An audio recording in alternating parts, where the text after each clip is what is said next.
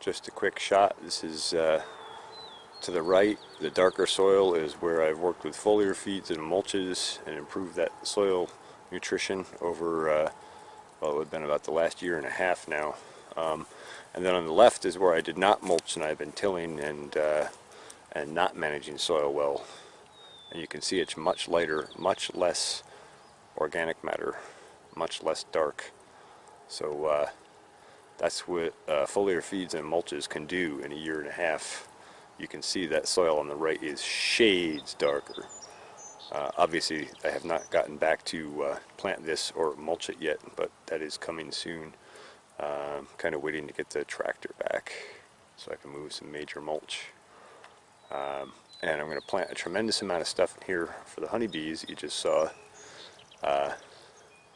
so that they have access to lots of crops with pollen and nectar.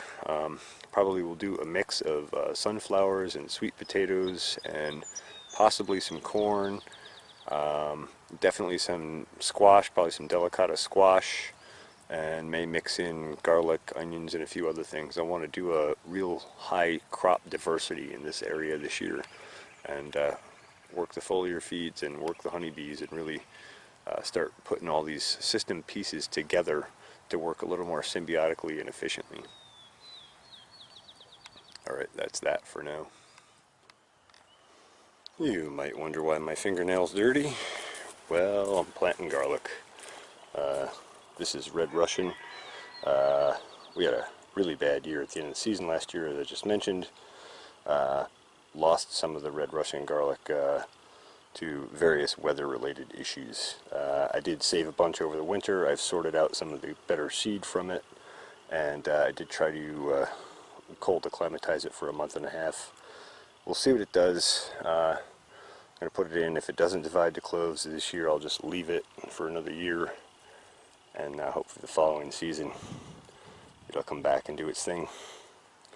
Anyway, just thought I'd show you a quick shot. And this mulch was all rotted down for a couple of years. It's a spruce tree, but it's had, I think, 3 years or maybe even 4 to cook and kind of fungalize. I guess I'll just show you quick. There's fungi all through it. Mycelia webs abound. So just planting into that. Alright, that's that. Well, so as I mentioned, we had a rough season with garlic last year, but I just went through the Red Russian yesterday and last night and selected out some stuff that would still sprout and grow okay. Went for some of the bigger cloves and did a decent selection on it. Put in 5 rows, 50 feet long, so that's 100 per row, 100 cloves per row. And then I went and grabbed the German white, and I had 2 seed selection separations last fall. I did one that was under 1 year of high nutrition, and one that was under 2 years of high nutrition. This was stuff that I grew not only last year, but also the year before.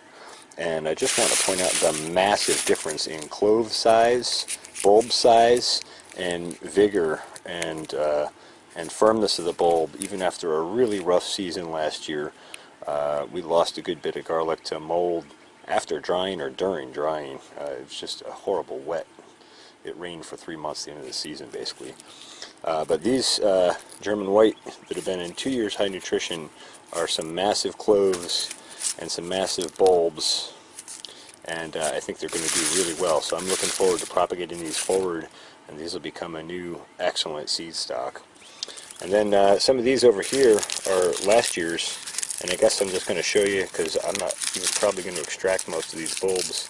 You can see that most of these have actually dehydrated over the winter and aren't viable seed.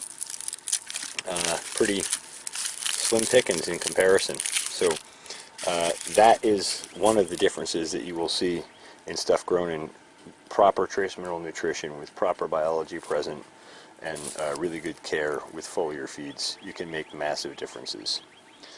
Just thought I'd point out another result set. Hope this helps someone. Thanks for watching the Pharmacy Seeds Network. Alright, German white going in, about a third of a 5-gallon bucket.